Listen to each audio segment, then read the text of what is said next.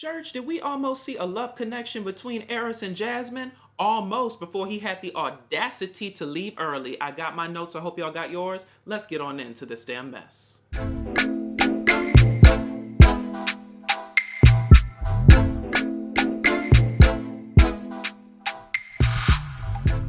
All right, y'all. So to my returning church members, baby, welcomes. And to all my new people, please make sure to smash that subscribe button and to also click that bell notification so you are notified every time I decide to upload a video. Now, baby, listen, my outfit and my spirit today are aligned because they are both given retreat, okay? Because listen, y'all, when I first started watching this episode today, I was not feeling it. Not in terms of the episode, but I just was not feeling in a good mood, okay? And I promise y'all, by watching this episode, it basically brought me back to better health, okay? So listen, sometimes therapy is going down to that damn therapist's office, and sometimes it's just watching a good show, because this was a good old time today. Now let's get on into these hot topics, right?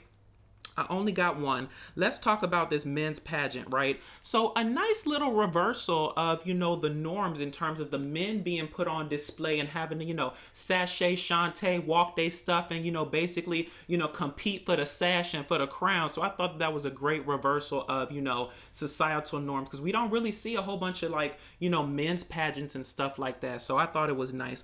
But did y'all think that the results were a little bit skewed? Okay, did y'all agree with the final rankings? Okay, I'm not even talking about the rankings. I'm just gonna talk about the winner.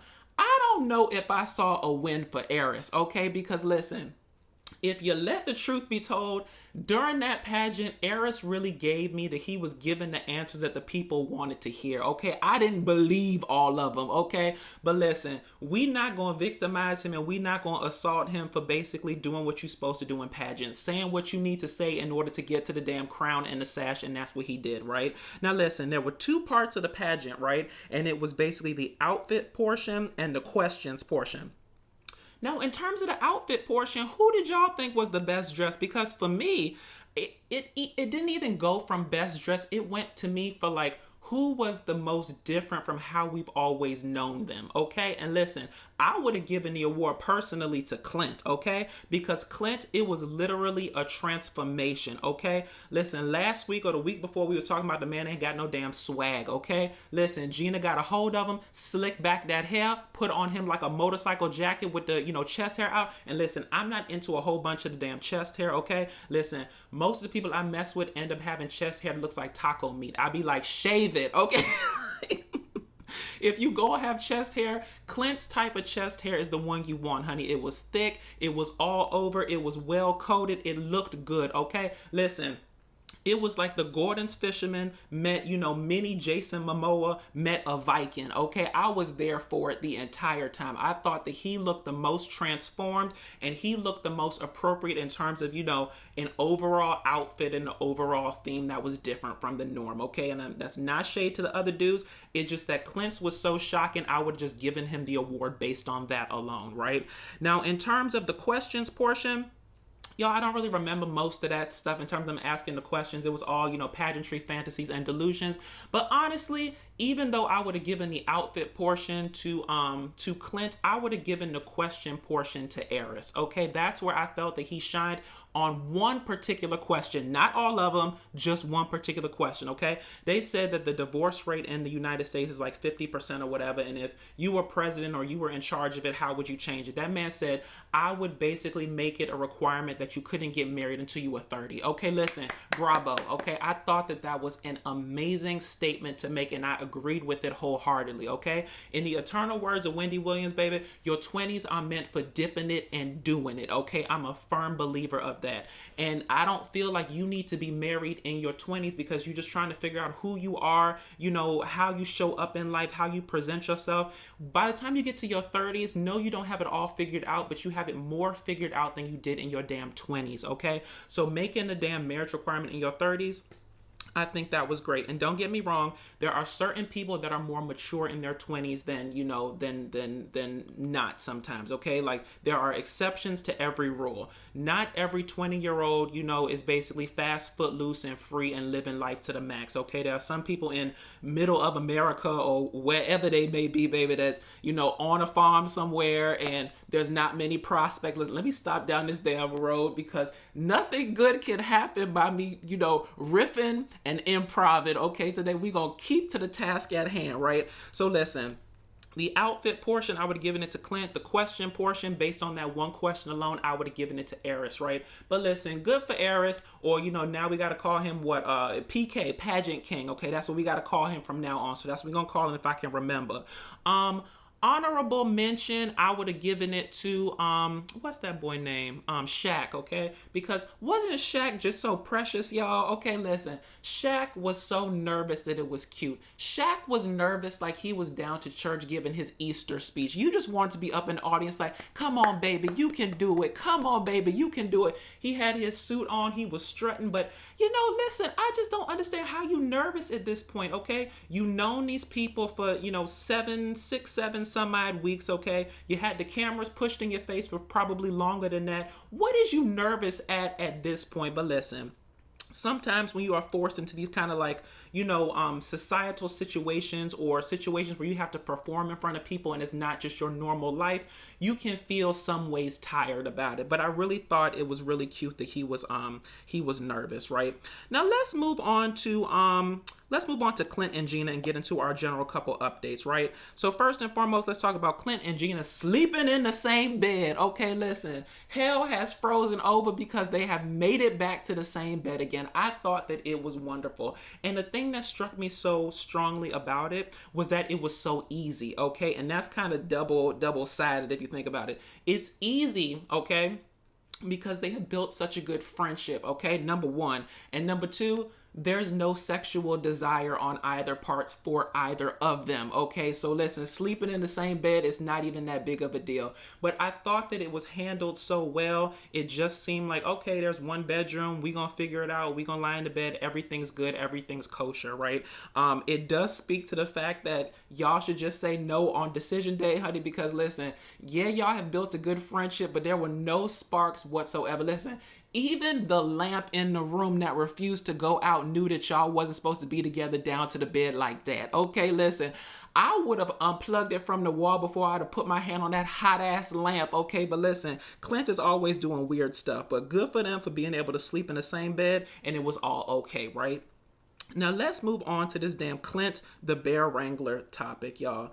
Now listen, how did I know, okay? How did I know that once I saw the bear on the screen, I said, one of these white people is fitting to go outside and play with the damn bear. I knew it. Listen, sometimes in life and sometimes on this show, the jokes write themselves, okay? I do not know why white people cannot leave nature and the animals alone, okay? Listen, you would have lost me when it was what? It was Clint, it was Airris, and it was Shaq sitting by the door looking at the bears, basically getting beers and roaming around in terms of the front of the yard, okay? And then this fool Clint gonna say, I'ma open the door. No, the hell you not. Okay, listen, black people sense danger, okay? That's the difference sometimes between white people and black people, okay? Black people sense danger, okay? You not supposed to mess with the bears, okay? That's what the zoo is for. You go down to the zoo, you got the protected cages, okay? They can't get to you and you're safe, okay? You view nature and you move on. I'm not saying all animals belong in the zoo. I'm just saying that's a safe place in order for you to watch them, okay? Now this fool goes outside. Y'all listen. In the eternal words of Lavelle Crawford, I wanted that bear to mess his funky ass up. Okay, I did. Hand to the man. I wanted that bear to mess his funky ass up. Okay, listen.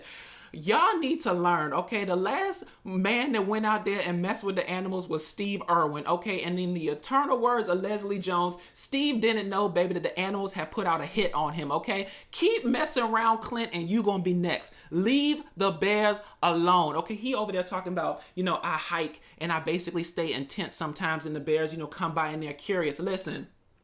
Though I believe that sometimes in life, past actions give you a mindset in terms of how to view future actions, just because the bears that you had before were docile does not mean these are the same damn types of bears, okay? And listen, if you looked at the damn screen, it was the small bears, okay? Which means that the mama is somewhere around, okay? Listen, white people don't sense danger. Y'all drop down in the comments and let me know if y'all want that bear to mess his funky ass up as much as I did too, okay? I don't wish harm on that man. I'm just saying that pain gives you a memory of something not to do in the future. Now let's move on to, we're going to talk about Jasmine and Airris, right? And let's talk about Jasmine and this meditation confrontation. Y'all, I was so proud of Jasmine when she basically spoke her mind. Okay, listen, as y'all told me last week, it was from En Vogue. Free your mind and the rest will follow, okay? And just because you didn't deal with confrontation growing up in terms of your parents not, fighting in front of y'all doesn't mean that you can't change your life in the present so that in the future, it will go on a better way, okay? And that lady felt some ways tired that Airris had gotten up, or I think he did his meditation the prior night or did it without her, and she basically spoke her mind, okay? Kudos, Jasmine, okay? Listen, sometimes people think that change is these big, grand, occurrences, and sometimes it's just small steps of speaking your mind so that you can get to a better plane of a relationship, a better plane of understanding, and a better plane of valuing yourself and what you want in a situation. I thought that that was amazing, okay? And hopefully she continues to do that, because it seems like Airris really responds to when Jasmine is able to speak her mind and not let things, dwell inside, right? Now let's move on to this whole thing of Airris bringing Jasmine to tears. Y'all, what a beautiful moment, okay? And I know I gave Airris some hell in the beginning in terms of talking about his pageant answers, but I truly felt him in that moment down to the table with the other couples, singing Jasmine's praises, because he's right. It takes a particular type of woman to deal with all that man has put her through on this damn show, okay? It is very hard being told in front of national TV, in front of your other fellow couples, in front of, the producers, everybody behind the scenes, that this man is not attracted to you, okay? And she could have literally gone left, and she's had her moments in terms of being emotional and feeling a certain type of way, but she has definitely handled herself with grace and class, okay? And I think that it was a different type of moment when she gets to hear these praises from him in a manner to which she's not used to hearing them, right? I think that it's different. Do I think that it solves all the problems of their situation? No, because you can show appreciation for somebody and still not be that attracted to them, right? So I'm kind of saying all of this with a grain of salt. I love that he gave her praises. Do I think that it really changes anything on the attractiveness scale? Not much, but it's definitely a step in the right direction. And listen, I was pissed for Jasmine when that man had to leave early. Listen, Airris said he had to leave early for work. Airris, let me tell you something, okay? All you had to do was take a picture of your sleepy ass, okay? Put it in a cardboard cutout in front of your computer on like a little Zoom link thing, okay? And make a recording of your normal sayings, and you would have been fine. You could have stayed down to the damn retreat, okay? You did not need to leave early. You look the same all the time with your eyes at half lid or whatever, and you probably say the same thing. So if you wanted to get out of it, I'm sure you could have figured out a way, honey. Where there's a will, there's a way. No, I'm joking. I'm just joking. Don't lose your job, okay? Do not lose your job. Black men need to work. We will not make you a statistic, okay? You need to have a job, okay? A job. So you do what you need to do to keep your job. But I really felt that if there was ever a night where things could have popped off between Jasmine and Airris, it would have been that night, okay? So it really sucked that he had to leave early, but I think what we saw in the previews is that he comes back. So all is not lost, and maybe we'll see if something pops off, right? Now let's move on to Shaq and Kirsten. And I didn't really write many notes for them this episode, but I did write a note that basically, stayed with me from what I saw on the screen, right? And I wrote, Shaq hasn't met Kirsten's larger fam outside of her mom and brother. Now, sometimes on these videos, I have to decide whether I'm going to go off the deep end or go the docile route, okay? Today, I'm going off the deep end. Shaq, okay, listen, Kirsten already said that her parents divorced under a scandal, okay? A scandal, okay? Be grateful that you met the mom and the brother, because you ain't meeting the dad. He's still running from the law, okay? This is the reason why Kirsten's apartment be looking like first, last, and security deposit done stressed her ass out, because she channeling her inner Beyonce and Jay-Z, and mama is on the run, okay? Just like her pappy on that damn midnight train to Georgia, okay? Listen, he is busy. He is off. He is hiding from the law. He has absconded with the church funds, allegedly. And so, listen, you not gonna meet him right now until the coast is clear, okay? 5-0 done died down, and he decides that it's a safe time for him to resurface, okay? So listen, give that lady a little bit of grace, but you ain't meeting that dad no time soon, okay? If everything is on Kirsten's time, it's gonna be on Kirsten's time, and I have a very strong feeling she gonna drag out this whole you meeting the rest of her family for as long as she can. Now let's move on to Nicole and Chris and talk about this 3-dog lease. Y'all, Nicole was stressing me out during this damn first part of this episode. She was real close to getting back on my nerves, okay? When she was down to the car with Chris, and she just could not stop talking about, we gonna be the last couples there, we ain't gonna get the good rooms. Listen, it's a mansion in the middle of Tennessee. All the rooms is good, okay? Listen, I haven't seen a house yet on this damn show where production doesn't do their thing and make sure that the house meets the minimum specifications of a mini mansion, okay? So listen, calm down with that. But what we really got to talk about is this 3-dog lease, okay? Nicole was stressing Chris out in that car, talking about we need to figure out our living situation and we need to figure out what we're going to do with these 3 damn dogs. Let me tell y'all something, okay? I give Chris a lot of hell, but he is a calming presence in that lady's life, okay? Because if you let her keep talking and you let her keep going round and round and round and round in her mind, she gonna damn speak herself into bad health, okay? Chris is a calming presence. I'm a firm believer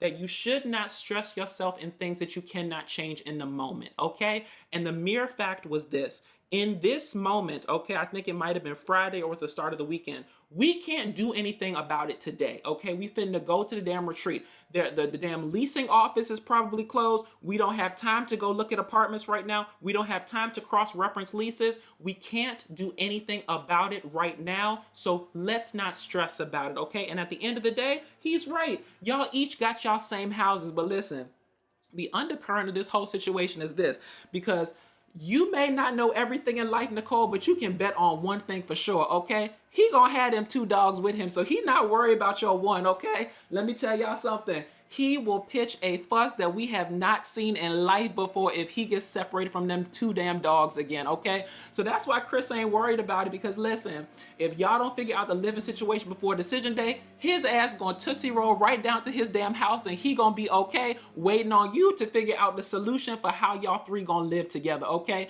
And listen, if you let the truth be told, the solution is probably y'all need to find a damn house, okay? Find a damn house to rent with a yard and a damn landlord that's okay with y'all 3 dogs, because listen, I told y'all last week, okay?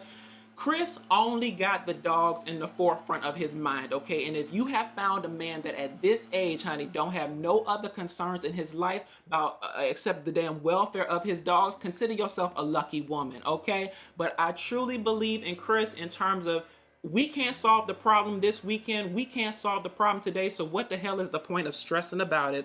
Now, listen, I think that's really all I want to talk about on this episode. So if y'all liked what I said, please feel free to like, comment, and subscribe. Follow me on all social media at DatDamnDasher. And until next time, y'all, bring on the rest of the retreat. Bring on Airris coming back. And hopefully something will spark between Jasmine and Airris. I'll talk to y'all later. Bye.